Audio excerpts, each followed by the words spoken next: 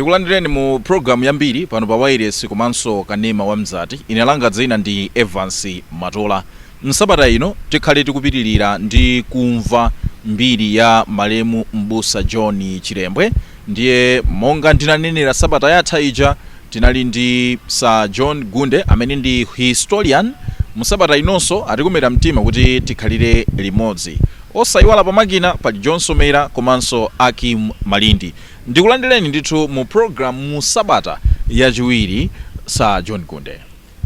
Sabata yatha tidakhala ngati atsegulira bwaloli komanso ndikhupa kuti akhala kuti imene achitira zinganizo zina ndikhupa kuti pamene kukhala pakhale tidule tepi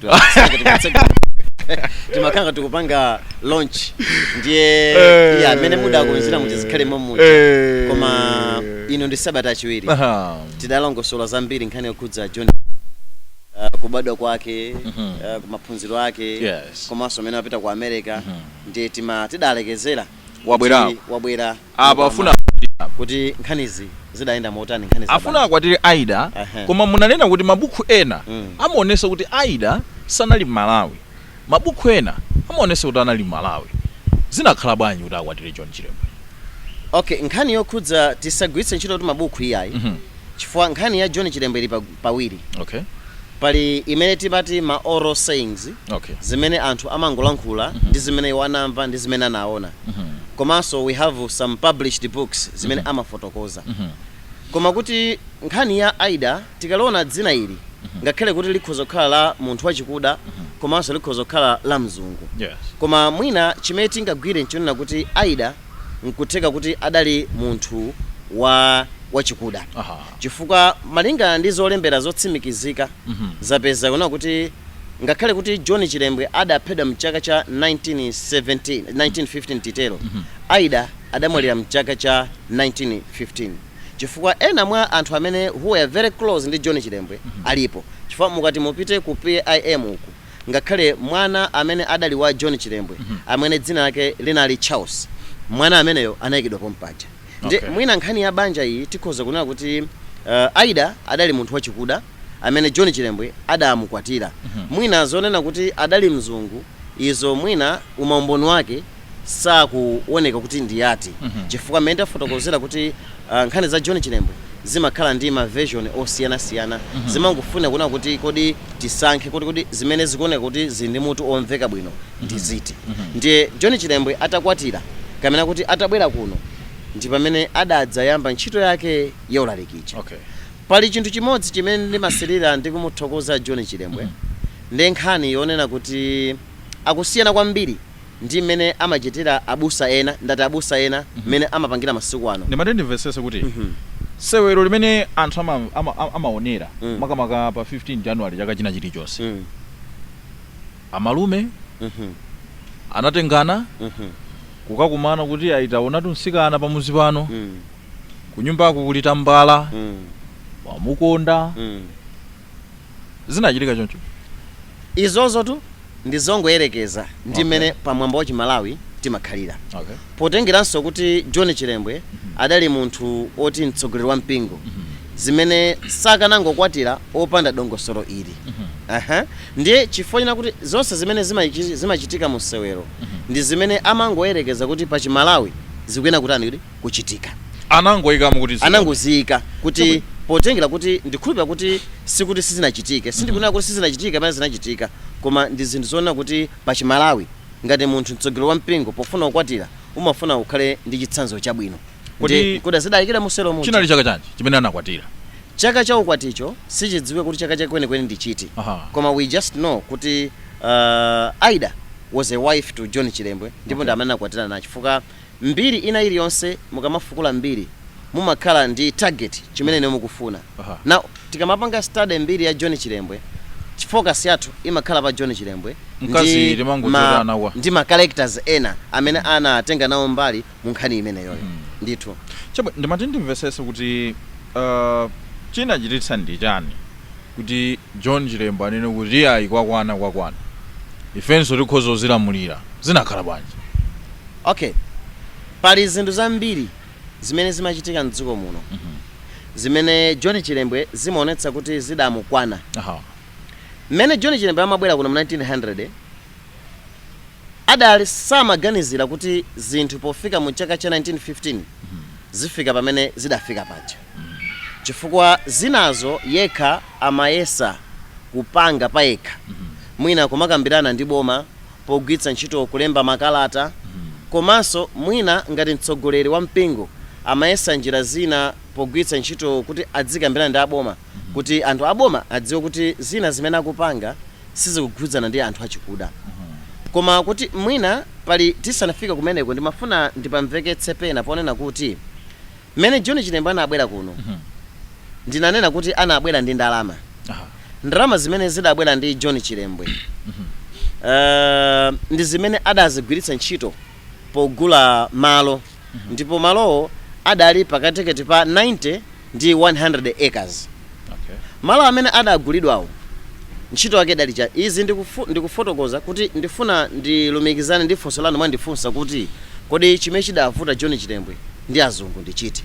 Nkona ndifuna ndiyambe ndafotokoza kuti mene adagula chimene chidampangitsa kuti John Chilembwe agule malo 100 acres idali nkhani yonena kuti anthu ambiri achikuda kuno ku Nyasaland makamaka modela la Shire Highlands. Mene tukamba za dela la Shire Highlands tukamba za dela lonse la Chiladzulu kumalo wa Kutcholo ku Phalombe Mulanje. Dela lonse limali limachedwa kuti Shire Highlands. Anthu ambiri kumeneko adalibe malo. Ndipo sidela lokalo yayi. Malawi muno anthu ambiri adalibe malo. Chifukwa malo ambiri anali oti atengedwa ndi ena adatenga ndi ma missionaries. Malo ena adatenga ndi ma white settlers. Ndipo malo ena adatenga ndi aboma. Ndi zimene zizi zinapangitsa kuti anthu ambiri achikuda akhale opanda malo. Ndi chimene chinampangitsa kuti John Chilembwe agule 90 to 100 acres imene ndikuitchula iyi idali nkhani yonena kuti anthu achikuda adzikagwira ntchito m'mafamu menemo. Kugwira ntchito uku osakhala kuti John Chilembwe adzalipira iyayi. Koma kuti anthu aja adzikalima ndi kumapeza chakudya cha tsiku ndi tsiku. Anagula kuti malo? Malo adagula kuMbombwe. Meti kati kuMbombwe ndi kumalo kumenelera kuli PIM dela lonse la kumene koko ndi kumene adagula malo amene kochedwa kuMbombwe. Ndipo adali malo okula motero. Ndi mukhoza kuona kuti 90 to 100 acres ndi malo akulu. Ndikugula munthu ndalama za mthumba mwake ncholinga choti anthu adzilimamo. Chifukwa chena kuti chinthu choyambirira anthu ambiri achikuda adalibe malo. Kusonyeza kuti chimene chidayamba kumunyasa John Chilembwe idali nkhani ina kuti malo ambiri ali m'manja mwa Angerezi. Komanso padali nkhani imene inavuta kwambiri kuti kuchiladzulu komweko kuli dera lochedwa Magomero. Ndi malo amene ku Magomero uku kudali estate imene mwini wake wa estate yo adali mzungu ochedwa A.L. Bruce. Ndi Bruce uyu adadzalemba munthu wina kuti akhale ngati manager wa estate imeneyo. Mukudziwa munthu umatha kulemba munthu akhale ngati manager wa company imene. Ndi Bruce uyu adalemba mzungu wina mzungu mzake. Ndipo mzungu amene dzina lake lidali William Jervis Livingstone. Ndi vuto limene dalipo lidali lonena kuti William Jervis Livingstone adali mzungu oyipa kwambiri. Chifukwa nthawi zambiri anthu amene amakagwira ntchito ku estate ya Magomero ya L. Bruce E. Anthu ambiri amapangidwapo nkhaza. Nkhaza zake zidali zonena kuti anthu pena samapatsidwa ndalama akagwira ntchito ngati angapatsidwa kumene ndalama zochepa komanso mwina kumenyedwa kumene pamene akugwira ntchito. Ndi zinthu zonsezi John Chilembwe zinkamupeza kuti komatu zikuchitika ku estate ili uku kuli nkhaza zoopsa komwe akutumikira Ambuye. Iye akutumikira Mulungu. Chifukwa chake John Chilembwe kumayambiriro uku nkhani zonena kuti afika pamene afika paja zimene sankaziganizira. Komanso padali nkhani zina zonena kuti zimene John Chilembwe zidamukwana kwambiri. Chifukwa mu chaka cha 1914 pa dziko lonse lapansi kudali nkhondo imene timachita kuti First World War. 1914. Ndi mene nkhondo iyi imayamba mu 1914 ma British ankabwera kuno ku Nyasaland ndi kumadzatenga anthu achikuda kuti adzikamenya nawo nkhondo imeneyi. Ndi izizi John Chilembwe sizinkamusangalatsa kwambiri chifukwa ankanena kuti nkhondo iyi ayambana ndi azungu okhaokhawo. Nanga chotika kamizira ife anthu achikuda kuti tidzikamenya nawo nkhondo imeneyi ndi chani? Chifukwa nkhondo iyi ndi azungu. and chodabwitsa chidali chonena kuti anthu achikuda amati akapita ku nkhondo kuja ambiri amaphedwa. Ndiye akaphedwa chidali chonena kuti chimene chimapangitsa kuti anthu achikuda adziphedwa chidali chonena kuti Angerezi aja pofuna kudziteteza okha kutsogolo kwa asilikali omenya nkhondo amakonda kutsogoza anthu achikuda. Ndiye kuti adani aja adziyamba kupha anthu achikudawa. Komanso tsoka lake lidali lonena kuti anthu achikuda aja amene aphedwa ku asilikali aja makolo awo kapena zibale awo samalandira chipukuta misonzi china chilichonse kuchokera ku boma. Ndimatende mvesese kuti zoti anthu oku achikuda amasogozedwa ku nkhondo mabuku analemba what is there in history. Okay. And it's recorded. Chifukwa zimene zinapangitsa kuti anthu achikuda ambiri adzifa kumene kuja. Okay. Ndiye izizi John Chilembwe zinkamunyasa kuti vuto chabwino kupita ku nkhondoko tikhozona kuti iyo ndi ntchito. Okay. Koma kuti ntchito ya usilikali munthu umafuna yona kuti ngati silikali waphedwa at least banja lako limene kuti lipeze chipukuta misonzi. Koma si zimene ma British amapanga zonena kuti anthu asilikali akaphedwa kuno abale awo adzipeza chipukuta misonzi. Nde zamufi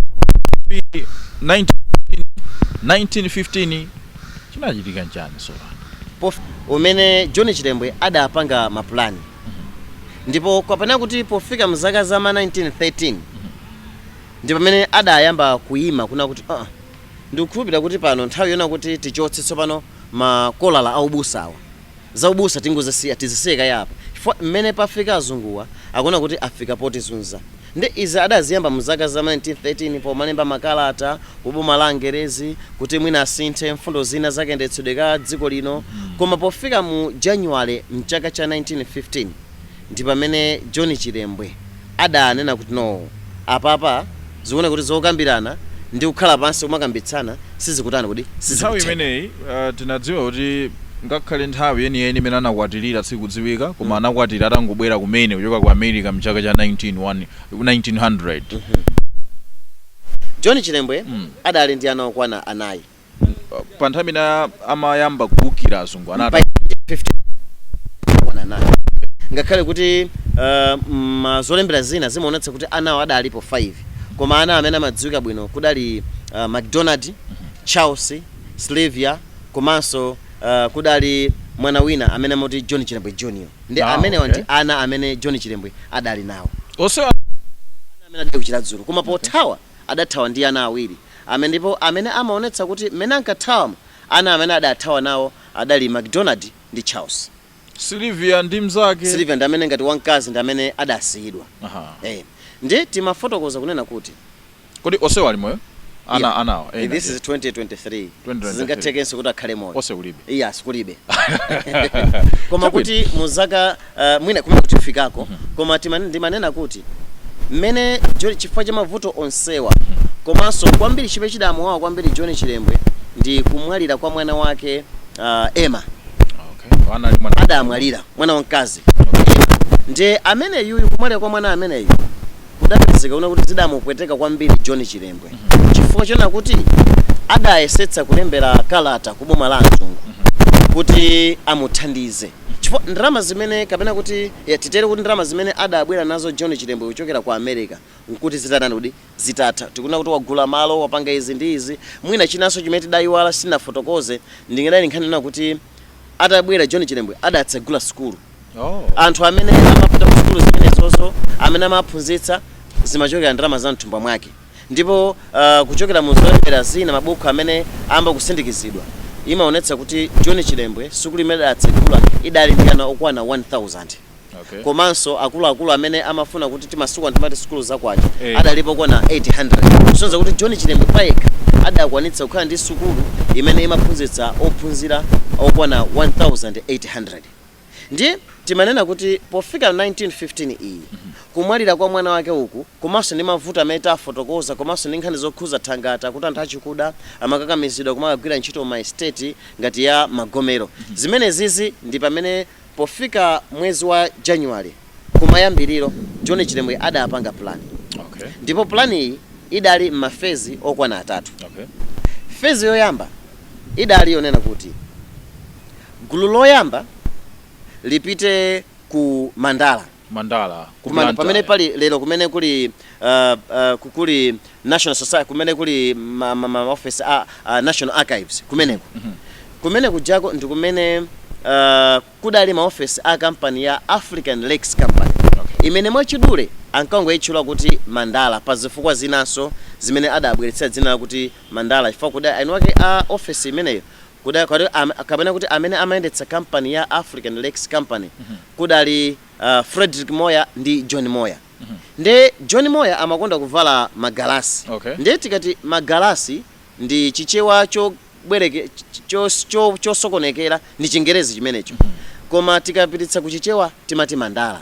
Ndi kumene koko John amakonda kuvala magalasi. Nde anthu amati akapena akagulitsa minyenga njovu kumeneko amatupita kwa mzunguja wa Mandala dzina lija nkutani. So ngupangidwa malingana ndi chikhalidwe cha munthu uyo. Ndi chikhalidwe cha munthu. Ndiye tapitirizani sopano kuti pamene papa zinaenda motani. Ndiye office imeneyo ndi imene kumasungidwa mifuti.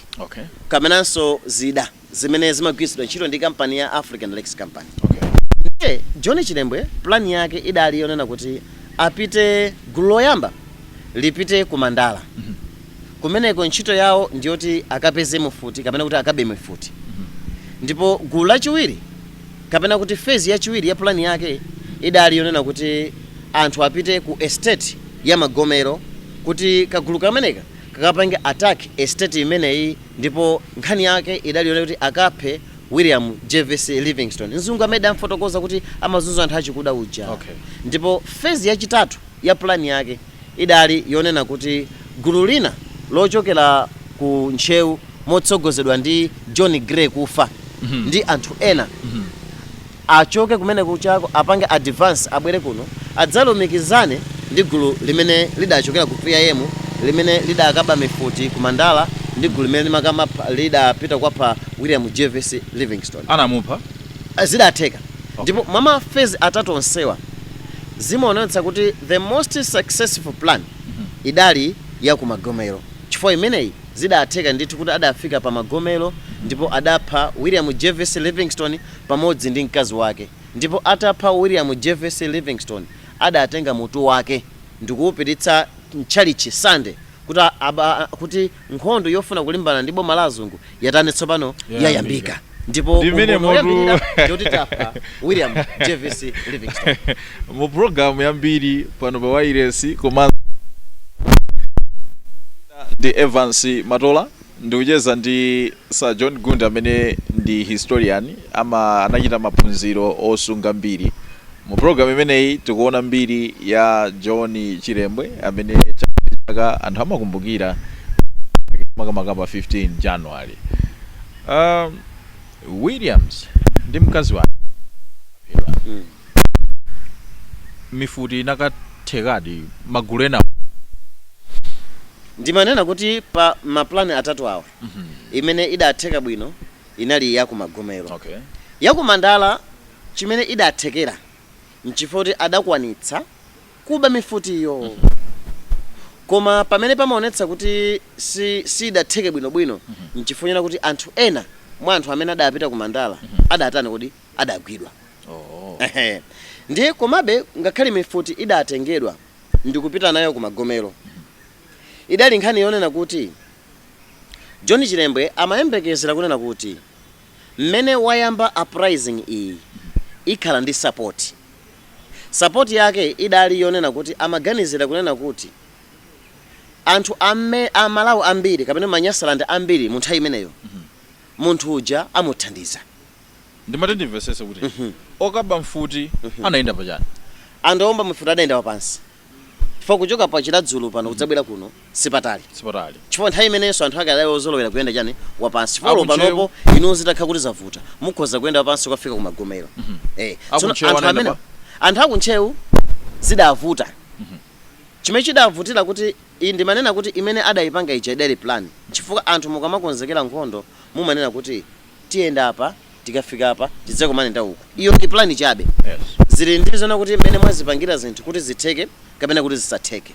Koma vuto dali lonena kuti gulu la ku Nchewu motsogozedwa ndi John Gray kufa ndi anthu ena kuti abwere kuno zidasokonekera chifukwa chonena kuti boma la azungu litatulukira kuti John Chilembwe wapanga plani yofuna kuti akabe mifuti komanso afuna kuti akukire boma la azungu nawonso adadza tulutsa kalata yonena kuti John Chilembwe amangidwe ndipo akamangidwa ampitise ku Seychelles kumene atakakhala ngati kundende.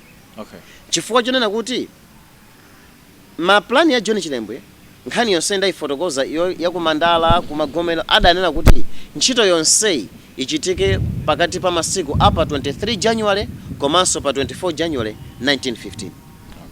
Ndi nawonso azungu mmene amapanga plan yoti afuna amange John Chilembwe antumize ku Seychelles mchoneka kuti apange surprise kapena kuti athane ndi kuti mwina akachipwirikite akakathe zidapezekanso kuna kuti nawonso adalephera kuti antani kuti amange. Zimene zidampangitsa kuti John Chilembwe ataona kuti nkhondo ndayiyambayi ikuna kuti imene ichema. John Chilembwe adalembera kalata boma la Majeremani. Chimene omvera ndi amenenso akutionera angadziwe nchonena kuti mmene imamayidwa nkhondo ya dziko lonse lapansi yoyamba Majeremani adali mbali ina, ma British adali mbali ina. Ndi plani imene adayipanga John Chilembwe poona kuti ma British ndi amene akuazunza ndi nkhondo yafuna limbani ma British ndi amafuna support. Ndi support imene mayiganizira idali nona kuti awalembere kalata ma Germany amene adali ku Tanzania. Fontamene kuti dziko la Tanzania lili pansi pa ma Germans. Kuti ma German aja amuthandize mu uprising iyi. Koma zidapezeka kuti ngakhalenso ma German amene sadamuthandize mu uprising iyi. Now, izi zitachitika pofika pa 23 komanso pa 24 maplano onse aja akanika imene yatheka ndi ya ku Chiladzulu. Angopha William Jervis Livingstone. Ndi pamene tsopano kudapezeka kunena kuti kudapangira boma la azungu nalonso lidana kuti iyambika iyi ndi chani iyi ndi nkhondo. Ndi ndipofuna kuti titane ndi John Chilembwe. Now izizi boma la azungu chimene idapanga idali nkhani yofuna tsopano kuti ayambe kulimbana ndi John Chilembwe. Ndipo ambiri mwa anthu amene adali otsatira ampingo wa Providence Industrial Mission umene udali mpingo umene John Chilembwe adaukhazikitsa atachoka ku America. Ambiri mwa anthuwa adali okwana 200 ndipo ambiri mwa anthu adalochoka maboma a Chiladzulu komanso Mulanje. Anthu 200 awa tikunena kuti anthu amene adadzipereka kuti nkhondo titani kuti timenya yolimbana ndi boma la azungu. Ndipo izo zidachitikadi ndipo boma la azungu nalonso ngati boma lidakonzekera ndithu pogwiritsa ntchito wa polisi yawo kale yawo kuti tsopano ayambe kulimbana kapena kuti amugwire John Chilembwe. Ndi munthawi imene tsopano John Chilembwe ataona kuti nkhani iyi ndiye yachema iyi ndimene adadza yamba plani yotani kuti yothawa. Ndi tikafika apa pa nkhani yoti John Chilembwe akuthawa pamenepa pali ma version osiyanasiyana amene akhala okambidwa. Ndipo mbali imodzi ya version imene imakambidwa ndi imene sewelo malitchula ija imene adayika yonena kuti John Chilembwe pothawa adathawira kuti kodi ku Mozambique. Izi ndi zimene amalawi ambiri amazigwira ndipo zimene amazimva kuti John Chilembwe ataomberedwa mwendo ngakhale musulo mujaso amafotokoza zimenezo kuti yayi adaenda chojinkhama nathawira ku Mozambique kumene zimaonetsa kuti atapita kumene koko adakafera konko. Komabe ngakhale kuli version imeneyo kulinso version ina imene yatuluka imene ikunena kuti John Chilembwe adathawadi koma kuti kumene amakhala kumbombwe John Chilembwe adali ndi bulu. Amene amamugwiritsa ntchito akafuna kupita malo osiyanasiyana. Ndiye version imene imanena kuti John Chilembwe adathawadi ndi bulushu ndipo adalowera ku Phalombe ndi kumapita ku Mozambique. Ndipo atathawira ku Mozambique ko kudapeza kuti John Chilembwe adakapeza njira ndi kukwera sitima ya pamadzi ndi kumapita ku America. Moti John Chilembwe adathawira kuti ku America kumene zimaonetsa kuti adamwalira konko. Komanso version ina imene kuti yayi John Chilembwe yu adathawira ku Mozambique ndipo adamwalira ndi matenda oti wakula ndipo adamwalira mchaka cha 1932. Zonsezi ndi zimene anthu akungotani kodi akungonena kamena kuti ndi imene iwowo kafukufuku amene apangira. Koma tsopano latest information imene ikuonetsa kuti imeneyi mutu wake wayamba kuoneka tsopano kuti ikuoneka kuti nkhani ya John Chilembwe idayenda motere ndi imene tsopano tikuifotokoza mukudzera mu program ino. Okay. Imene imanena kuti John Chilembwe akuthawa adathawa anthu awiri. Okay. Pamodzi ndi ana ake awiri. Okay. Kusonyeza kuti adalipo ngati anthu folo. Koma kuthamanga kwa azibambo adali ngati asilikali. Mukuthawa kwawo adathawa ndi mdzukulu wake amene dzina lake Chilembwe. Okay. Ndi boma la Angerezi lidanena kuti John Chilembwe wina aliyense amene atampeze John Chilembwe adzalandira ndalama zokwana 20 pound. Okay. Ndipo ndalama za 20 pounds ndi zimene zidayikidwa pa tebulo kuti wina aliyense amene angamugwire John Chilembwe amene yoyu ndi amene tsopano atapatsidwe ndalama zimenezi. Ndi 20 pound imene iyi ya 1915 sinali ndalama za masewera. Koma anthu anakhulupirira dazungu kuti apa asadi 20 pound. Ngati lamulo lochokera kupeza kuti apatsidwe ndalama zakuti. Ndiye kuti 20 pound kuti aliyense angagwire John Chilembwe apatsidwa. John Chilembwe adali ndi anthu awiri ena mwa anthu amene amayenda nawo amene adali ngati mamembala a mpingo wa PIM. Kudali Daniel Kaduya komanso Benjamin Kaduya. Anthu awa adali pachibale. Ndi Daniel Kaduya komanso Benjamin Kaduya analinso ndi m'bale wawo wina ngati msilikali amene dzina Garnet Kaduya. Okay. Now ndikunena kuti anthu awiri awa Benjamin Kaduya komanso Daniel Kaduya anthu amene wawa adali mamembala a mpingo wa PM. Mwanjira ina adali ma followers a John Chilembwe. Koma anali ndi m'bale wamene anali msilikali amene dzina lake nali Garnet Kaduya amene amagwira ntchito kuboma ngati msilikali. Amene ataona ndalama zimene zidayikidwa pa tebulo chifukwanso mzungu wina otchedwa Mogrigechi wakuno ku Blantyre adawonjezera kunena kuti ndalama zina zoonjezera ziperekedwa kwa munthu amene angamugwire John Chilembwe zokwana 30 pound. Ndiye kuti kuboma uku kuli 20 pound apanso pali 30 pound yonse ngati 50 pound. Ndiye kuti 30 kamena 20 pound ya 1915 si ndalama za masewera. Amalawa amene mukutimvera komanso amene mukutionera pamene tikufuna kupyeda program imeneyi. Nthawi imeneyo kunali kuti dziko lino lisakutchedwa Malawi ndipo tinalibe ndalama yochedwa kwacha. Ifa akudapo kuti mapaundi amene wandi ati. Nthawi kudalibe makwacha. Fa nthawi kudali ndalama ngati pound amachulanso pena shilling.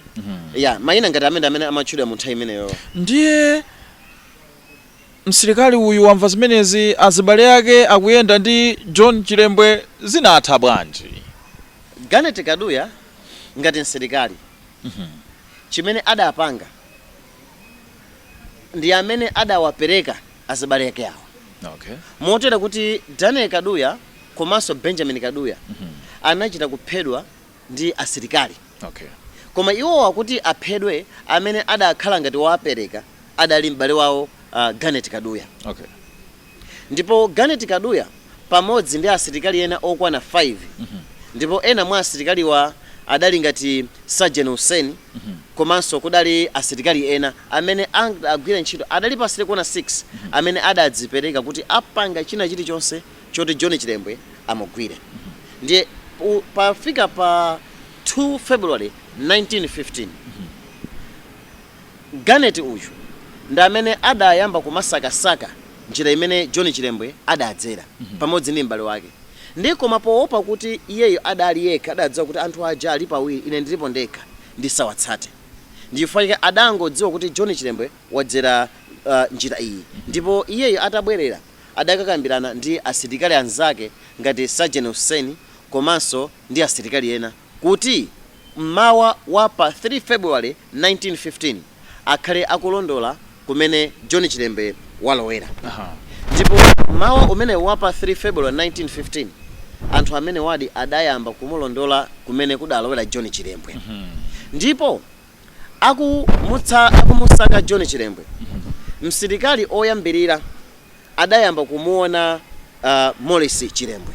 tena kuti mmene John Chilembwe amathawa nkuti adamuona ndani kodi adamuona John Chilembwe amathawa mzukulu wake ndiye mmodzi mwa asilikali aja atamuona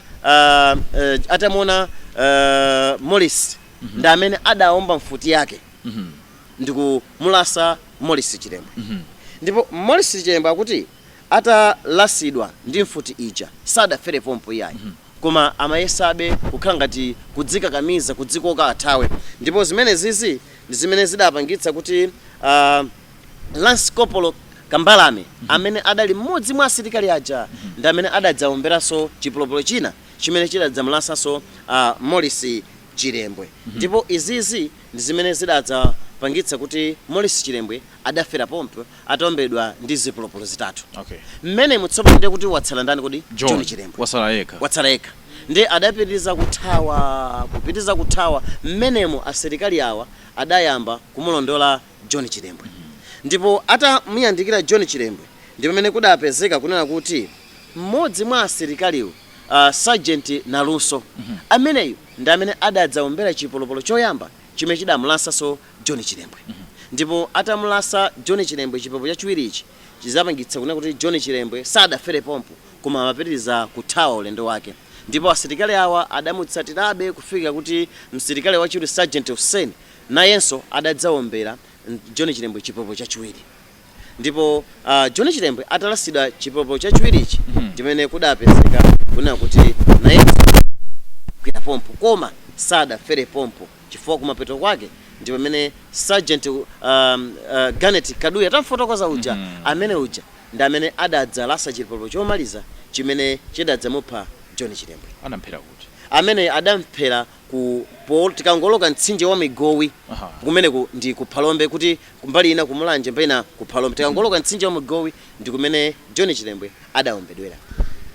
Ndi mmene tafikira kumapeto ndi program ili pano pa wireless komanso Mzati timakamba John Chilembwe mbiri asagunde kuti muna ndathokoza ko basi mpata ukapezeka mukamatifuna tidzibwera tidzicheza mu program imene yambiri imene iyi pamakina ali John Somera Malindi ndipo imene atende malo ano tidzajamo ndi bwana Sanderson Kaipa. Ine langa dzina ndi Evance Matola mupitirize kubwera wireless ya Mzati pamene tisakhalenso tikubwera sabata ina ndi program yambiri pamenenso tisakhale tikumva mbiri mwakoma nonse.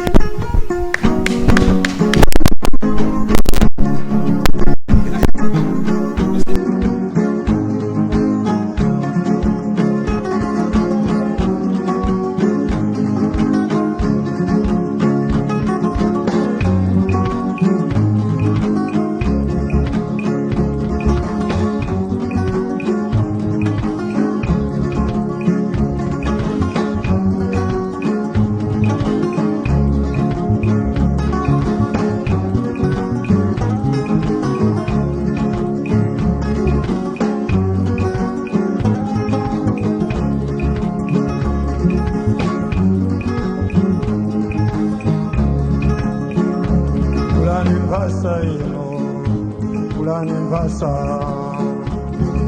mbasa yani ya ufa ino tigulo marira mbasa mzazana yo manda ino tigulo marira mbasa mzazana